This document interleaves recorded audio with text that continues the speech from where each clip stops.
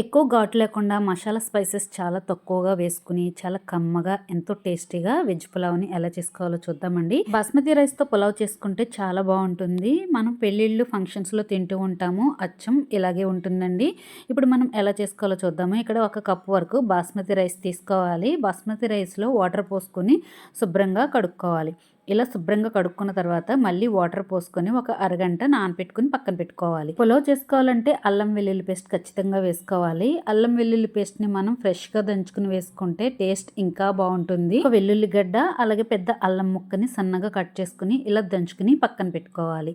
ఇలా ఫ్రెష్గా దంచుకుంటే ఆ ఫ్లేవర్ ఆ టేస్ట్ కూడా చాలా బాగుంటుందండి. ఇప్పుడు స్టవ్ మీద అడుగు దలసరగా ఉన్న ఒక గిన్నె పెట్టుకోవాలి. పులావ్కి కొంచెం దలసరగా ఉండేలాగా చూసుకోవాలండి, లేకపోతే అడుగు మాడిపోతుంది. స్టవ్ మీద గిన్నె పెట్టుకుని హీట్ అయిన తర్వాత అందులో కొంచెం ఆయిల్ నెయ్యి వేసుకోవాలి.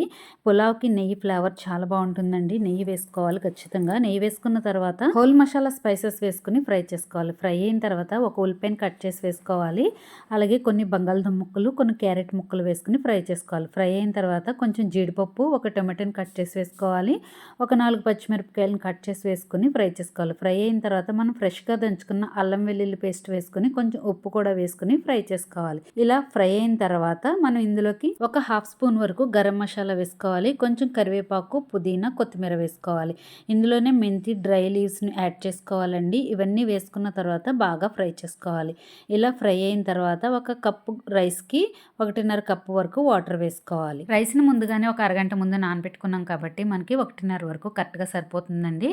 వాటర్ వేసుకున్న తర్వాత మూత పెట్టుకుని వాటర్ని బాయిల్ చేసుకోవాలి. ఇందులోకి టేస్ట్కి సరిపడా ఉప్పు కూడా వేసుకుని బాయిల్ చేసుకోవాలి.